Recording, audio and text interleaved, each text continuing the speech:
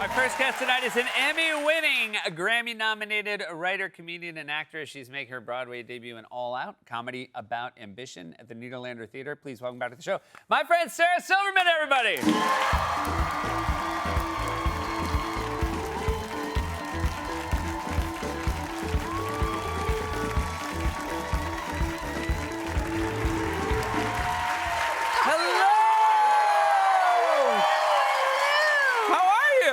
I'm great. You're so handsome. Oh, my dear. I never. Oh my God. Well, I mean, Maybe you should. you've been my type forever, Sarah. Oh my gosh, Oh, are we you know hooking that. up? You know that.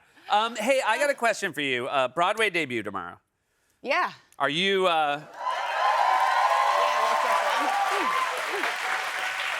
But, you know, you also, obviously, an accomplished stand-up, had an incredible special last year, Postmortem, which I correct. love, on Netflix. And I'm wondering, with your Broadway responsibilities, do you have time to work on new material for your stand-up? Seth, now that I'm in the theater. Oh, no. What? Did it happen I that haven't fast? changed. How long have you been saying it like that? The theater? Yeah. I think I've always said it like that. I'm just working in the theater. The weird thing is you're not saying it with a ton of confidence. I wasn't confident. No, I'm in the theater. That's better. That was better. Yeah. You gotta own it. You're in the theater now. I know that face. You're thinking about your character again. You're thinking about your character. I'm just inside her. I play a horse, actually. It's so on the nose. Yeah. But do you have time to write? Oh, look at this. Is this fresh material? This is fresh material. I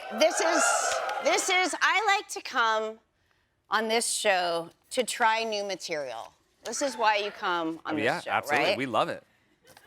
This is how blind I am. Actually, I brought my glasses here. Can I tell you one of my Yeah? favorite things about your special? But now this Please. Oh, go. Yeah, but was it genuinely a mistake in your special that you realized you had to read something and you didn't have your reading glasses? Yes. Yeah. Yes, because I did my whole tour wearing glasses. Yeah. And then, of course, I'm not gonna. Right. The night you Wear shoot your glasses special, you're like, on I the- won't wear glasses. And I didn't need glasses. And then I realized I do read something. Yeah. And I realized I did not have glasses. So someone just threw up readers and it was perfect. Yeah. Yeah. But can I say it was a delightful moment because then they did this incredible act of sacrifice. They threw up the readers and then you immediately burned them. Well, I mean, I'm the worst, but like I put these glasses on and it was as if they had cleaned their glasses with a slice of ham. And you said as much. And I said as much. But I've entered my cheaters era as well. Mm-hmm. And so when you did it on stage, I was like, oh, I'm there now. Where like when you forget in a moment that you actually have to read something, you're like, I have to oh, wear it glasses came in this over. play. Yeah. Well, yeah, there's I forgot what I was gonna say. Yeah. That comes once the eyes go. That's not the only thing that goes. I mean, truly. Oh, because people go, well, just wear contacts. But it's like, no, I had perfect vision my whole life, and now I have terrible vision, and it's too daunting. It's hard to do. I agree. It's I'd awful. rather carry glass around all day than figure out like this thing. If you've been doing it all life, God bless. But I'm not at 50 gonna start putting fingers in my eyes. I can't start. Well, the skin around my eyes is like so loose. Yeah. And just wafer thin. Yeah. I like go like this, and then my skin just stays like that. Also, Yeah. there's no like learning new thing that like people being like, you should wear contacts, be like, you should learn how to skateboard. I'm like, window's closed. Yeah. I'm not learning a new skill when they made cheaters for people like us. Anyway, what do you got? It's not strong. This is what I have so far. It's a long process. Oh, I want to start making this popular. It is a little derivative, but that's what they said. Isn't that progressive? Yeah, Because that's great. what it does is, let me explain what it does. It makes whatever you said before that into non-binary sexual innuendo. Yeah. Let's get that going. Great. It's funny because the pre-interviewer, Henry, Yeah. there was something this morning when we did the pre-interview. I go, oh, I don't remember what I was going to say. And when you can't remember what you're going to say, it was the best idea ever. Yeah. But then I remembered it, and it was stupid. It was just that I also want to get going, don't mind if I don't. Maybe. Well, I remembered it. I was like, oh yeah, that's not good. By the way, it's definitely worse than that's what they said, so you want to resequence it in the future. Right. Yeah. I would see that Yeah. first. Yeah. Well, that's what they said. Seth, I don't want to say that I am. By the way, the handwriting is so. But the fact that it's that big and you're wearing I glasses. know. Well, I can see this. Yeah, it's almost a street sign. It's this big. I can't see. I can't see anymore. I don't want to say that I'm pregnant, but I haven't gotten my period in 48 months. That's gonna be a big baby. Can I just tell you, do I look great? I look great. Thank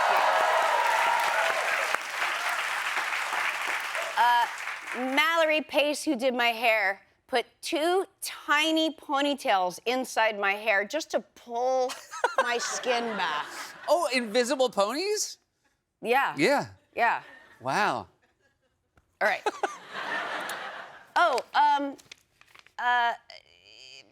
I noticed every year around springtime, I guess, whenever baseball season is, but I didn't know this at the time. I would see, there's a Dodger named Kike Hernandez. Yeah, of course. Wonderful. Yeah, wonderful. yeah. Well, Kike would trend a lot on social media, and you would not believe how that's spelled. Oh, right. It is, I'll give you a hint, it's very disconcerting for Jews. So then I would look and I'd go, oh, it's pronounced Kike. And then I realized, oh, maybe that's how it's pronounced in my comments. Oh, right. Yeah. I have nothing. And then the last thing is, there's no joke to it. I haven't figured it out, but it's something, my boyfriend is Rory. Something like, my boyfriend and I are the Sid and Nancy of saline nasal sprays.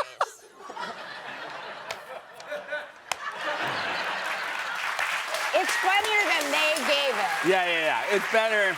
It needs a setup and a punchline. It's a setup and a punchline. What more do you want? All Out. This is Simon Rich, Yes, a friend of Simon mine, Rich. a great writer, a former SNL writer. Yes. This is a series of his stories, and it's 4 people in the cast. Explain the format for those who, because it's very a novel. It's Simon Rich, who wrote for Saturday Night Live for many years, and he's written a lot of pieces for The New Yorker, and I think some of these may be adapted from some of those New Yorker pieces, and they're like scenes and essays and sketches, and they're funny. And then the interstitials are this unbelievable band called Lawrence. They're a brother and sister, Clyde and Gracie Lawrence, and they are electric. And then in between them, 4 comics come out and do a comedy, a scene, a sketch, or whatever. And we have scripts, but we're mostly off script. And it's like basically like the vagina monologues, sans vagina. Yeah. And If your only problem with the vagina monologues is all the vagina talk, this is the show for you. yeah, if you loved the vagina monologues, but it was too vagina-y, you will love All Out by Simon Rich. Now, the scenes are very funny, and we're having a blast. You're doing it with Heidi Gardner, Craig Robinson, Yes. Jason Mantzoukas. Yes. Everybody My in this buddies. rotating cast got a caricature, which I think is a part of, it's a Broadway rite of passage. How do you feel about your caricature? I think it's that's great. Yeah. You know, the thing about a caricature is a caricature is like a stereotype, really. You know, it's like it's not true, but it's kind of true. You know what I mean? So, I accept it. I think it looks great. I have more to ask you. We'll be right back with Sarah Silverman after this. Welcome back. We're here with Sarah Silverman. Were you a theater kid growing up? I mean, now that you're a Broadway actor? I loved musical theater. I mean, I grew up in New Hampshire. Yeah, same hometown. Same hometown, Yeah. yes. And I listened to a lot of musicals. My mom did, and I did. Did you used to go, I used to go to New York with my family to see plays, but you would go on your own? You know, I feel like this can't be true, but it's true. This is so long before cell phones or any way to track your children. I was an apprentice in summer stock, meaning like all these young actors in New York, they audition and they go to different states, small towns, and do theater for the summer. And I got to like live with them in the cast house. I was 15, and I'd paint the stage and do like odd jobs and stuff. So whenever I had a present coming, like my birthday or Hanukkah, they would give me, it's $100, $50 each way from Boston to New York, these little flights, the Delta. Yep. Yeah, and I would go to New York City by myself, have directions, like pages and pages of directions of how to get to these kids' apartments. I mean, they were probably 21 or something. And I'd stay with them, and I'd take the subway. And I remember I got to see Les Mis because my friend worked in who I did summer stock with, did the what are these called? Playbills? Yep. And The giveaway is what, right? oh, Yeah. that's a good trick. Yeah. And that's why old people can go to the theater, because they can just see that it's called a playbill. Yeah. But were your parents, like, they weren't nervous at all? They had no idea where I was. I could have been murdered. Yeah. I could have been, but somehow I always got home intact. I remember it was New Year's Eve. I got to see Les Mis because my friend passed out the playbill. and I was on the subway going to where I was staying when midnight struck, and I was like, just swooning. I mean, like, they say that's the best place to be when the ball drops, on the subway. you know what? There's no place I would rather be. And yeah, and I don't know what I was gonna say. I have dementia. I mean, you know, we've talked about in the past. We both grew up in a small town, Bedford, New Hampshire. I remember seeing you on SNL. I didn't know you, but I knew people who knew you, and I was like, well, they're not gonna have two people on SNL from this small town. So then when I was on SNL, that was a very cool. You had always been really nice to me. And then at the SNL 50th, the Fates brought us together. We sat next to each other at the SNL 50th, and I was so happy. These two people from the same town got to sit next to each other. Did you enjoy your time at the SNL 50th? Yeah, it was a kick. I mean, it's so interesting how, like, I loved how Andy Samberg did that thing about just how the anxiety, it never goes away. And there's just something magic about that place that makes you feel like such just human. And like the fact that you would rather be there than anywhere, and yet it makes you feel so. No, you're just like, you question all your life choices and you down to everything, but there's just something magical about it too. And just that I was there for 1 year, but that I get to be a part of that is so amazing. And that I got to sit next to you. On the other side of me was John Lovitz. Which was another dream come true for me. Another absolute dream come true.